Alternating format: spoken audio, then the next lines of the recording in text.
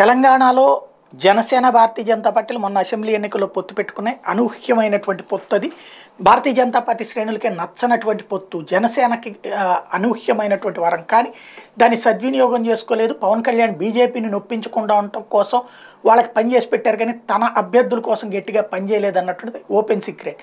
కుకట్పల్లిలో మాత్రం డిపాజిట్లు వచ్చినాయి, మిగతా 7 చోట్ల డిపాజిట్ రాలేదు. అయితే అసలు ఎందుకు పొత్తు పెట్టుకున్నారంటే కిషన్ రెడ్డి మీద అందరూ తీవ్రంగా విరుచుపడ్డారు. కిషన్ రెడ్డి లక్ష్మణ్ కలిసి తీసుకున్న నిర్ణయం అని. యాక్చువల్గా అది అధిష్టానం సూచనల మేరకే చేశామని వాళ్ళు చెప్తూ వచ్చారు. ఎందుకంటే మాకేం సంబంధం, అది అధిష్టానం చెప్పింది.